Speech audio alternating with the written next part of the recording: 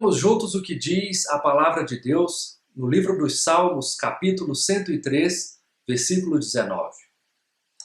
Nos céus estabeleceu o Senhor o seu trono, e o seu reino domina sobre tudo.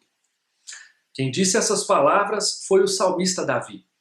Ele aqui não estava se referindo a uma situação hipotética, não estava fazendo uma mera ilustração, mas ele aqui está usando de absolutos, de imperativos, e falando para você e para mim de maneira bastante clara e objetiva a respeito de quem é Deus, de quem é a sua criação e de como nós devemos nos relacionar com Ele. Eu quero convidar você a refletir comigo neste texto a respeito de 4 coisas fundamentais que você deve saber a respeito de Deus. A primeira delas é a resposta para uma pergunta que vem sendo feita pelos seres humanos nos mais diversos momentos da história da humanidade. E esta pergunta é: onde está Deus? A primeira parte do versículo que nós acabamos de ler traz a resposta para ela. Diz o texto que nos céus estabeleceu-se o Senhor. No céu é uma referência muito mais ampla do que olhar para cima, ver nuvens ou mesmo o azul da atmosfera. Diz o texto sagrado que Deus tem o seu trono estabelecido nos céus onde habitam as estrelas.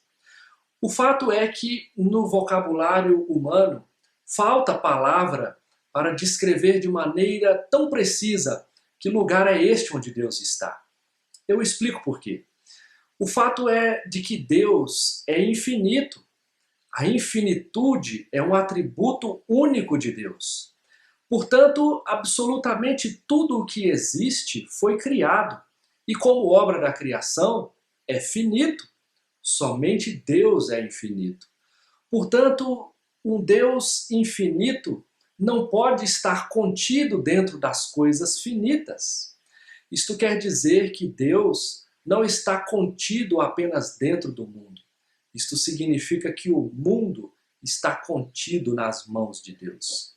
O fato é que o Senhor estabeleceu o seu trono nas alturas, no lugar onde estão as estrelas, e Ele, infinito como é, detém o seu lugar de governo acima de absolutamente tudo o que foi criado.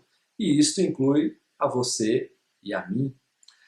A segunda grande coisa que precisamos saber a respeito de Deus é: que autoridade ele tem? A segunda parte do versículo que nós lemos também traz a resposta para essa pergunta. Diz o texto sagrado que Deus estabeleceu o seu trono. O Senhor, com letras maiúsculas, é como você está lendo aí na sua Bíblia. Ele estabeleceu o seu trono. Ele não teve o seu trono estabelecido. Aqui, note você que Deus não é o sujeito passivo, mas é o sujeito ativo. Isto quer dizer que Deus, diferente dos reinos desta terra, não recebeu o seu reinado por herança. Ele é infinito e é eterno. Portanto, ninguém o antecedeu que pudesse legar a ele este reino, esta criação. Ele é o Criador eterno. Ele é o que sempre existiu. Antes dele não houve nada, porque não existiu nada antes dele. O fato é que Deus, portanto, como governante de todo o mundo, é aquele que tem o seu trono estabelecido, porque ele mesmo o estabeleceu. Note a grandeza deste Deus. O terceiro aspecto daquilo que é essencial compreendermos a respeito de Deus é: quem é o dono do mundo? Esta pergunta também tem sido feita por muitos homens ao longo da história da humanidade. Muitas respostas têm sido dadas a esta pergunta, nem todas corretas. Mas aqui, na fonte limpa que jorra e é a palavra de Deus, nós encontramos o testemunho dele mesmo a respeito de quem é o dono do mundo. E a terceira parte do texto que nós lemos juntos diz que o reino é seu, o seu reino. Portanto, a posse do reino é de Deus, porque o reino é coisa criada. e Deus é o Criador. Nas suas mãos, portanto, está aquilo que lhe é próprio por direito autoral. Deus é o autor da criação, por isso ele é dono dela, e ele faz dela o que ele bem entender. Este é o direito dado a alguém que cria alguma coisa. O mundo, e como criação, não é diferente, e Deus, como Criador, detém, portanto, a liderança sobre absolutamente tudo que foi criado. A quarta e última coisa importante que você precisa saber a respeito de Deus é: qual o limite do controle de Deus? Esta pergunta também tem sido respondida ao longo da história da humanidade, de maneira incorreta muitas vezes. Mas aqui, Davi ensina a você e a mim precisamente qual é o limite deste controle. A última parte do texto que nós acabamos de ler diz que o seu reino domina sobre tudo. A palavra domina é a chave para a compreensão desta pergunta. A palavra dominar é um verbo, e como verbo faz referência a uma ação.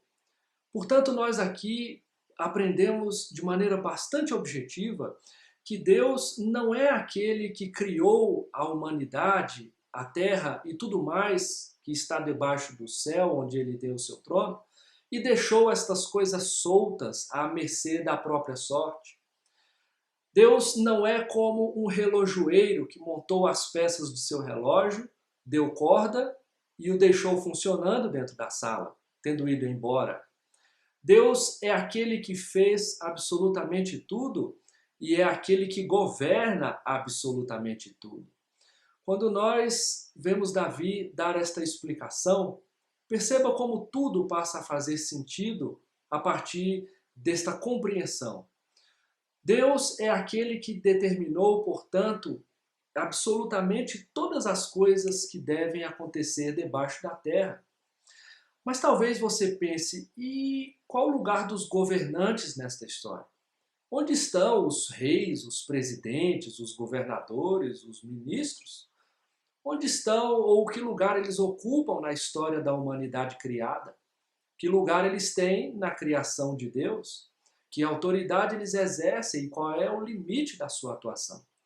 Mas o fato aqui, queridos, é que Deus, e o apóstolo Paulo explicou isso de forma muito clara, é aquele quem estabelece os governantes e é aquele que também os retira. Então, você deve estar se perguntando, desde Faraó no Egito, Alexandre o Grande, ainda César Augusto no Império Romano, ou ainda, quem sabe, Adolf Hitler na Alemanha nazista, ainda Donald Trump nos Estados Unidos no momento atual, ou Jair Bolsonaro, o presidente brasileiro, todos estes estão assentados nos seus lugares de autoridade porque Deus assim determinou? A resposta é sim, absolutamente. E ficarão sentados lá somente até o dia em que Deus disser basta. O apóstolo Paulo nos ensinou que toda autoridade que existe na face da terra só existe porque foi por Deus instituída, legitimamente instalada. O fato é que todos estes homens governam porque Deus, o governante superior, autor, primeiro e detentor de toda a autoridade, é que determinou que eles ali se assentassem. Isto faz com que você e eu tenhamos muita tranquilidade em relação à maneira como as coisas acontecem no mundo. Estas realidades, estes absolutos dos quais falamos agora, devem trazer sobre você e mim a certeza de que sobre todas as situações atuais que ocorrem na política, na saúde, na economia e em qualquer outro aspecto da vida pública ou mesmo da vida privada, na sua casa, com a sua família e em você mesmo, tem, antes de tudo, um determinante incondicional, poderoso, que é Deus, que está sobre tudo e sobre todos. É por isso que, diante destas circunstâncias muitas vezes adversas da vida, nós não precisamos temer, nós não precisamos ficar demasiadamente angustiados com as situações, quando aquele ou aquele outro ascende ao governo, ou aquele outro cai ou declina de um governo, você e eu não devemos ficar tristes por conta desses desdobramentos. Pelo contrário, nós devemos ainda mais e de forma mais veemente e forte seguir confiantes de que nada acontece sem que Deus soberanamente determine. Ele é o Senhor de toda a terra, ele é o detentor de todas as coisas e absolutamente em nenhum segundo da história da humanidade ele se ausenta da sua criação. Portanto, queridos, aqui nós compreendemos de forma muito clara também que nem mesmo Satanás e suas potestades, os demônios, nem mesmo estes têm uma ação que é plenamente determinada por eles. Eles não decidem absolutamente tudo o que vão fazer e fazem tudo ao seu bel prazer. O reino de Satanás é um reino parasita. Ele não se equipara em grandeza e nem em poder ao reino de Deus. Ele nem sequer tem uma existência própria e independente. O reino das trevas só existe porque o reino da luz está estabelecido. Portanto, Satanás, ele próprio, não tem domínio sobre o seu reino. E ele tem seus dias contados. Note que na visão que João tem no Apocalipse, ele vê Satanás acorrentado também, sofrendo as duras agruras e os sofrimentos no inferno, na eternidade. Nem sequer o diabo é um governante soberano no seu reino de trevas. Pelo contrário, no seu reino de perdição eterna, ele é mais um dos que lá sofrerão. O reino de Deus, portanto, está sobre tudo e sobre todos. Mantenha a sua confiança no Senhor. Não se deixe esmorecer pelas circunstâncias. Olhe para a grandeza de Deus, para os seus atributos infinitos e perceba que absolutamente nada pode se opor ao seu poder e sair vitorioso. Absolutamente ninguém pode se opor à sua vontade e executá-la de maneira independente e autônoma. Portanto, queridos, nossa esperança e a nossa expectativa não pode e nem deve estar nos governos da terra e nem nas coisas que os nossos olhos podem ver, mas a nossa confiança precisa estar depositada nas mãos deste grandioso Criador, que a tudo fez e que a tudo governa. O Senhor Jesus, na cruz do Calvário, nos ensinou até que grau esta confiança nossa deve ser depositada no Pai. O Senhor Jesus, na última frase que disse na cruz do Calvário, ele assim falou: Pai, nas tuas mãos eu entrego o meu espírito. E em seguida, Jesus foi ressuscitado pelo Pai. No momento de maior angústia da sua vida, no momento em que Jesus não tinha absolutamente ninguém à sua volta material que o pudesse socorrer, e reconhece que Deus, o Todo-Poderoso, tem poder para guardá-lo, para preservá-lo e para ressuscitá-lo. E assim, o nosso Senhor Jesus expirou nesse mundo e acordou outra vez nele. Diz a palavra de Deus que ele tomou as chaves da morte. Ele venceu a morte e triunfou sobre ela. Portanto, perceba que, de fato, a nossa confiança deve estar depositada nas mãos do Senhor, o nosso Pai. Eu quero terminar essa mensagem contando para você uma história, uma pequena ilustração que nos ajuda a compreender mais ainda o que podemos ter ou a maneira em que nós podemos nos relacionar com este Deus tão poderoso. Conta-se que uma garotinha, junto com as suas colegas de classe na escola, foram levados por seus professores a um passeio. Era de manhã, uma manhã bonita, e elas todas iriam, guiadas por suas mestras, atravessar uma baía. Ali havia uma barca, e dentro da barca, então, depois de tomarem todos os seus lugares, as meninas bem animadas, com as suas professoras também bem eufóricas, começaram então aquela curta travessia. Mas aquela travessia que era feita normalmente, e já havia inclusive sido feita por essas meninas em outra ocasião, naquele dia se tornou um pouco mais longa.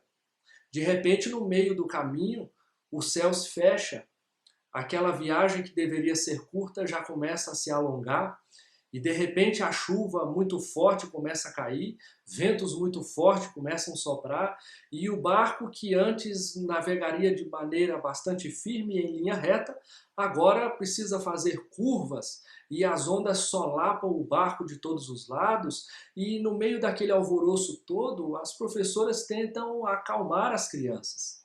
As crianças, naturalmente assustadas, olham pelas janelas e ficam assustadas com a cena e apavoradas com o chacoalhar do barco, mas dentre aquelas todas que ali estavam, uma chama a atenção de uma maneira especial. Ela estava completamente calma, ela olhava para a janela e tranquilamente contemplava a cena de terror, quase que como quem contempla algo que é belo. E então uma professora se aproxima da criança e diz: "Querida, por que você está assim olhando para a janela com esse olhar? Você está tão calma? Está tudo bem com você? Você precisa de ajuda? Como você está se sentindo?" E então o que surpreende a professora é que aquela criança olha para ela e diz: "Prof, eu estou muito tranquila, porque o meu pai é o capitão do barco." O que a professora não sabia é que o pai daquela menininha era o capitão da balsa, que fazia aquele trabalho todos os dias. E a criança dentro do barco estava bem tranquila. Não importava as circunstâncias do lado de fora, porque ela tinha certeza que o seu pai sabia que ela estava lá dentro e que ele jamais a levaria para um lugar perigoso, jamais a levaria para uma situação sem controle, jamais a levaria para uma circunstância insuportável. Ela depositou nele a sua confiança e ela estava em paz. Você e eu precisamos, nesta ocasião, refletir um pouco na maneira como nós temos nos relacionado com Deus e do modo como nós o enxergamos. De fato, Deus é para você um pai, de fato você se considera de Deus um filho, de fato você confia no Senhor a ponto de depositar nele todas as suas esperanças? Se a resposta é sim, graças a Deus, fique tranquilo, siga nesta fé e com certeza você vai experimentar o melhor. Mas se você ainda não tem esta convicção, se você ainda não tem esta confiança, é por você que eu quero orar, é com você que eu também quero orar. E pedir a você que, neste momento, coloque diante de Deus o seu coração aberto, para que juntos nós possamos pedir a Deus que ajude você a ter esta plena convicção de que Ele é o capitão do barco e de que tudo está no controle da sua mão. Vamos falar com o Senhor? Poderoso Deus, eu dou graças a Ti por este momento tão precioso. Agradeço pela Tua palavra, pelas convicções que ela nos traz. Peço a Ti que abençoe este meu irmão e esta minha irmã, que já tem confiado no Senhor. Amplia-lhes a capacidade de crer na Tua palavra e de depositar em Ti a sua fé. Peço a Ti, ó Deus, por este meu ouvinte, que ainda não deposita no Senhor a sua confiança, que ainda acha que o Senhor não tem o controle sobre tudo e sobre todos. Peço que o Senhor, pelo poder do Teu Espírito, o ajude a rever os seus conceitos, o ajude a confiar na Tua palavra, o ajude a se aquietar debaixo da Tua mão poderosa e ter a plena certeza de que o Senhor a tudo criou e a tudo governa conforme lhe apraz. Que o Senhor amplie a sua esperança e a sua felicidade, de tal modo que ele possa viver em paz contigo até que chegue a nossa eternidade. É o que eu te peço e te agradeço em nome de Jesus, o nosso Senhor. Amém. Amém. Foi um prazer estar com você. Até a próxima.